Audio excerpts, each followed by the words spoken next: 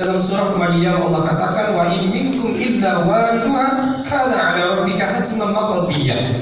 Dan tidak ada satupun nanti di antara manusia pasti dia akan menempuh jembatan Shiratal Mustaqim yang dibentangkan Allah di atas jahanamnya. Thumma nunajjil ladzina taqaw wa nadharu adh-dhalimina fiha jithiya. Lalu kata Allah, kami biarkan orang-orang yang zalim jatuh ke dalam jahanam dalam keadaan berlutut. Maka salah satu kata para ulama, fungsi cahaya sempurna yang diberikan oleh Allah kepada orang-orang yang keluar dalam kegelapan pagi menuju masjid Allah untuk salat subuh berjamaah adalah sebagai kendaraan untuk menempuh jembatan Shiratal Mustaqim nantinya.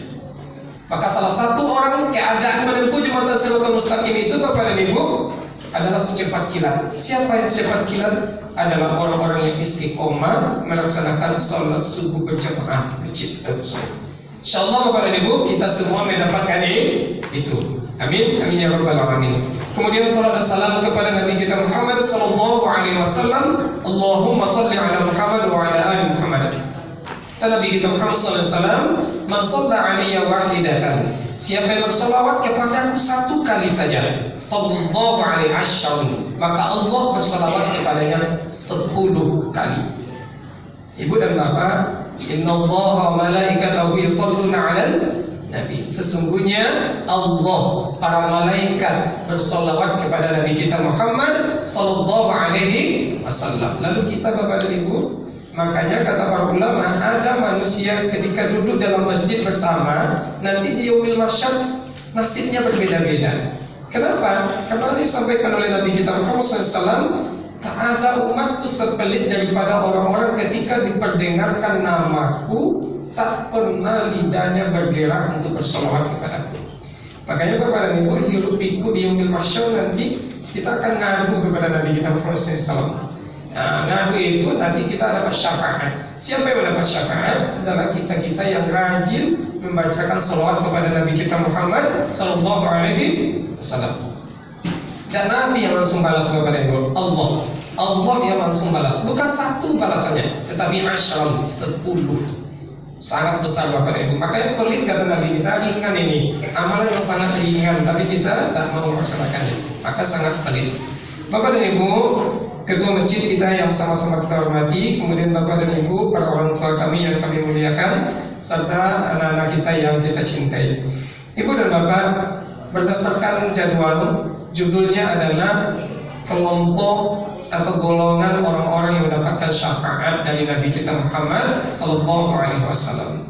Bapak dan Ibu, kalau kita lihat hadis dari Abu Hurairah menyampaikan, paling tidak ada 7 golongan nanti orang-orang di yaumil mahsyar akan mendapatkan syafaat dari Nabi kita Muhammad sallallahu alaihi wasallam. Dalam hadis yang sangat panjang Bapak dan Ibu kita baca, nanti masing-masing umat itu ngadu kepada nabinya. Umat Nabi Adam, umat Nabi Musa, umat Nabi Nuh, Bapak dan Ibu ngadu. Di yaumil mahsyar itu, dalam riwayat kita lihat 1 hari di akhirat itu sama dengan 50.000 tahun di dunia hari ini. Jadi Bapak dan Ibu, saking lamanya manusia menunggu untuk dihisab itu, manusia A ke manusia B itu lama untuk menunggu hisabnya adalah sekitar 500 tahun lamanya. Jadi diceritakan ketika itu Bapak dan Ibu, memang sangat sulit sekali di yaumil mahsyar nanti. Ya, matahari sejengkal di atas kepala, kemudian saking lamanya giliran kita untuk tunggu dihisab itu Bapak dan Ibu, ada manusia yang tenggelam dengan keringatnya sendiri. Saking tidak betahnya kita menunggu ketika itu Bapak dan Ibu, masing-masing umat mengadu kepada nabinya. Bagaimana kami lama kali menunggu. Ada yang menyampaikan seperti itu. Jadi nabi-nabi lain itu menolak Bapak dan Ibu, tidak bisa memberikan pertolongan. Nabi Adam menyampaikan kepada umatnya, tapi tidak bisa menolong. Kemudian Nabi Nuh juga seperti itu, tidak bisa menolong. Akhirnya terakhir disampaikan kepada Nabi kita Muhammad sallallahu alaihi wasallam, karena yang diberikan izin untuk memberikan syafaat kepada manusia ketika itu adalah Nabi kita Muhammad sallallahu alaihi wasallam. Maka Bapak dan Ibu, syafaat itu adalah, kata para ulama kita, syaf'un. Bahasanya adalah sesuatu yang genap, lawan dari witir, dari ganjil. Jadi syafaat itu menurut istilah adalah, kata para ulama kita mengatakan bahwa yang menjadi perantara untuk seseorang memenuhi hajatnya kepada orang yang bisa menyelesaikan hajatnya. Itu namanya syafaat. Jadi di sini Bapak dan Ibu nanti yang menjadi perantara itu adalah Nabi kita Muhammad SAW. Siapa yang menyelesaikan hajat kita ketika itu adalah Allah Subhanahu wa Ta'ala. Bapak dan Ibu, dalam surah Az-Zumar ayat 44 Allah katakan pada Nabi kita Muhammad SAW, "Qul lillahi syafa'ata jami'ah." Yang memiliki syafaat itu adalah Allah Subhanahu wa Ta'ala. Kenapa Nabi kita Muhammad SAW bisa memberikan pertolongan kepada umatnya? Karena itu berdasarkan izin daripada Allah Subhanahu wa Ta'ala. Bapak dan Ibu, dalam hadis pernah Nabi kita Muhammad SAW ditawarkan oleh Allah Subhanahu wa Ta'ala, "Wahai Muhammad, engkau diberikan kebebasan untuk memberikan pertolongan kepada umatmu untuk masuk surga separuh dari seluruh umatmu. Atau yang kedua, pilihan yang kedua, memberikan syafaat kepada seluruh umatmu." Maka Nabi Muhammad SAW saking sayangnya kepada umatnya Bapak dan Ibu, tidak mau memasukkan surga ke surga separuh umatnya. Beliau mau memberikan syafaat tetapi mendapatkan semua umat beliau. Kalau separuh tentu tinggal lagi separuh. Jadi ini bentuk kasih sayang dari Nabi kita Muhammad SAW. Jadi kelompok yang pertama Bapak dan Ibu yang akan mendapatkan pertolongan dari Nabi kita Muhammad SAW yang pertama adalah nanti pemimpin yang adil. Kita tidak usah jauh-jauh Bapak dan Ibu, masing-masing kita adalah pemimpin. Masing-masing kita adalah pemimpin dalam rumah tangga kita, terhadap diri pribadi kita. Adalah keadilan bagi kita dalam menjalankan kepemimpinan kita di dalam rumah tangga. Adalah kita berbuat adil terhadap istri dan anak kita Bapak dan Ibu. Ini masalah keadilan ini Bapak dan Ibu, ketika kita memiliki kekuasaan, maka kekuasaan itu kita jalankan berdasarkan keadilan, menjalankan amanah sebaik-baiknya. Tidak ada kita menjalankan kekuasaan itu berdasarkan harta, berdasarkan kedudukan yang akan diiming-imingi kepada kita. Ini Bapak dan Ibu jauh-jauh hari sudah dicontohkan oleh Khalifah Umar bin Abdul Aziz. Beliau bagaimana seorang pemimpin yang tidak mau memanfaatkan fasilitas negara untuk keperluan pribadi beliau. Hari ini terbalik Bapak dan Ibu ya, terbalik sekali. Bahkan kalau bisa kita fasilitas negara itu kalau bisa kita bawa ke rumah semuanya. Kalau bisa gratis, tidak ada fasilitas pribadi yang kita gunakan untuk kegiatan pribadi kita. Itu banyak hari di pejabat-pejabat kita Bapak dan Ibu. Kita usahakan seperti itu. Kalau ada para orang tua kami yang sebagai pejabat, jangan kita lakukan seperti itu. Karena ini nanti pasti akan dipertanggungjawabkan di sisi Allah Subhanahu wa Ta'ala. Kemudian Bapak dan Ibu, adalah yang kedua, pemuda yang tumbuh dalam keadaan beribadah kepada Allah Subhanahu wa Ta'ala. Kalau seperti ini, banyak garing-garing masjid dan musola di Padang kalau seperti ini Bapak dan Ibu ya. Jadi pemuda yang tumbuh dewasa dalam keadaan beribadah kepada Allah Subhanahu wa Ta'ala. Karena yang tinggal-tinggal di masjid itu adalah yang muda-muda. Mungkin 4 tahun kuliahnya, dari tahun pertama sampai tahun tamat nanti dia akan tumbuh dewasa. Kalau seperti itu banyak adalah garing-garing masjid yang disentuh oleh hadis ini Bapak dan Ibu. Tapi tidak, adalah orang-orang yang taat beribadah kepada Allah Subhanahu wa Ta'ala, terutama memang pemuda. Karena pemuda ini Bapak dan Ibu nafsunya sangat bergejolak ya, ketika muda itu bergejolak. Kalau dia mampu beribadah kepada Allah Subhanahu wa Ta'ala, maka dia memiliki keistimewaan di sisi Allah Subhanahu wa Ta'ala. Insyaallah nanti termasuk kepada orang-orang yang mendapatkan syafaat dari Nabi kita Muhammad SAW. Hari ini Bapak dan Ibu memang sangat besar pengaruhnya, terutama HP anak-anak kita Bapak dan Ibu. Kita tidak bisa mengontrol 100% apa yang dilihat oleh anak-anak kita. Jadi bagi anak-anak kita yang mampu mengontrol itu Bapak dan Ibu, dia segala sesuatu yang dia lihat dari HP-nya itu dia takut kepada Allah Subhanahu wa Ta'ala, insyaallah dia termasuk kepada pemuda-pemuda yang tumbuh dalam ketaatan kepada Allah Subhanahu wa Ta'ala. Kemudian yang ketiga adalah laki-laki yang terpaut hatinya ke masjid. Orang-orang yang terpaut hatinya ke masjid Bapak dan Ibu, dimanapun berkumandang, dimanapun dia berjalan, ketika berkumandang azan, yang dia ingat adalah masjid. Kata para ulama kita, bagaimana cara memautkan hati kita ke masjid Bapak dan Ibu adalah dengan cara pembiasaan. Kalau tidak ada pembiasaan, maka orang tidak akan terpaut hatinya ke masjid. Maka inilah salah satu hikmahnya bagi Bapak dan orang tua kami yang sudah haji, melaksanakan salat arba'in di Madinah. Selama 8 hari di Madinah Bapak dan Ibu, kita salat 40, salat wajib 40 rakaat. Bapak dan Ibu, ini adalah kata para ulama sebagai bentuk pelembut hati kita. Ketika kita pulang dari pelaksanaan haji, insya Allah ibu haji ketika pulang haji itu dia tidak pernah terikat hatinya ke masjid. Nah, bagi kita yang belum haji Bapak dan Ibu, tidak salat arba'in. Pembiasaan untuk mengikat hati kita ke masjid itu adalah melalui salat Ramadan inilah. Kita tidak salat arba'in Bapak dan Ibu, bahkan 30 hari. 30 hari dididik kita untuk datang ke masjid. Ketika Ramadan habis, kita tak kembali lagi ke masjid dan ke musola. Terkadang kata orang kampung kami Bapak dan Ibu, kalah dari ayam.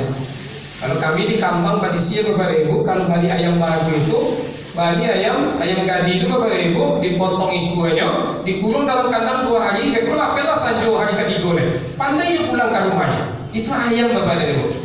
Apalagi kita dididik 30 hari, insyaallah Bapak dan Ibu kita di sini tidak pun dalam Ramadan kita tetap ramai seperti ini subuh kita.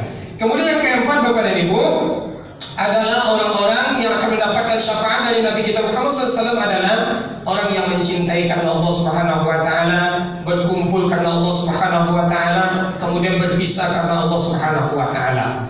Bapak dan Ibu, ada perkumpulan-perkumpulan, tapi perkumpulannya itu bukan dalam hal maksiat. Perpisahan yang dilakukan itu karena memang pertimbangan ketaatan kepada Allah Subhanahu Wa Taala.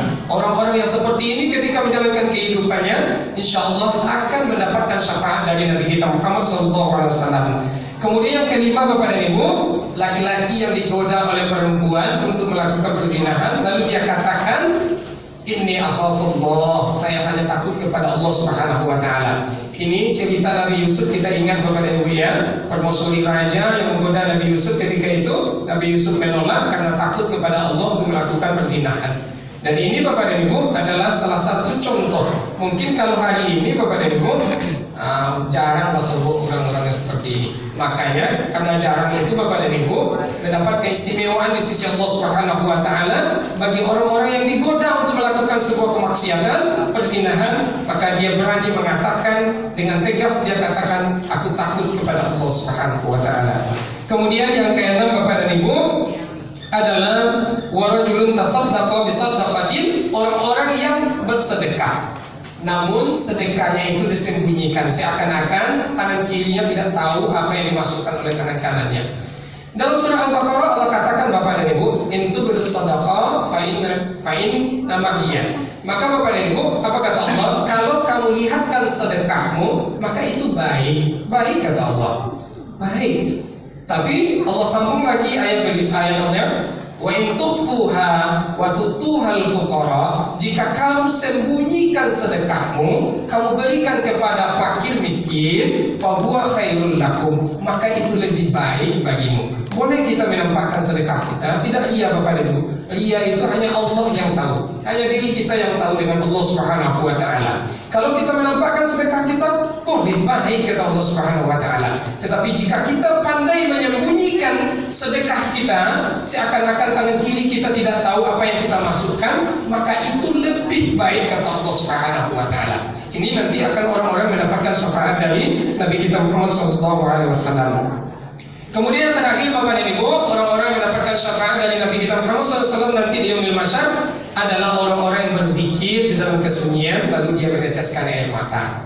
Inilah Bapak dan Ibu sepertiga malam yang kita lakukan bagi kita istiqomah salat tahajud tanpa orang melihat kita berhubungan dengan Allah Subhanahu Wa Taala. Saking kusuknya kita Bapak dan Ibu, kita serahkan seluruh diri kita kepada Allah Subhanahu Wa Taala sampai kita meneteskan air mata. Maka orang-orang yang seperti ini insya Allah akan mendapatkan syafaat dari Nabi kita Muhammad Sallallahu Alaihi Wasallam. Kenapa? Karena memang tidak ada pertimbangan ria di sini. Ketika orang melihat kita khusyuk, ketika tidak ada orang melihat kita acak-acakkan dalam beribadah kepada Allah Subhanahu Wa Taala.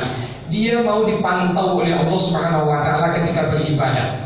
Maka Bapak dan Ibu, orang-orang seperti ini akan mendapatkan keistimewaan di sisi Allah Subhanahu Wa Taala. Inilah barangkali Bapak dan Ibu yang dapat kami sampaikan.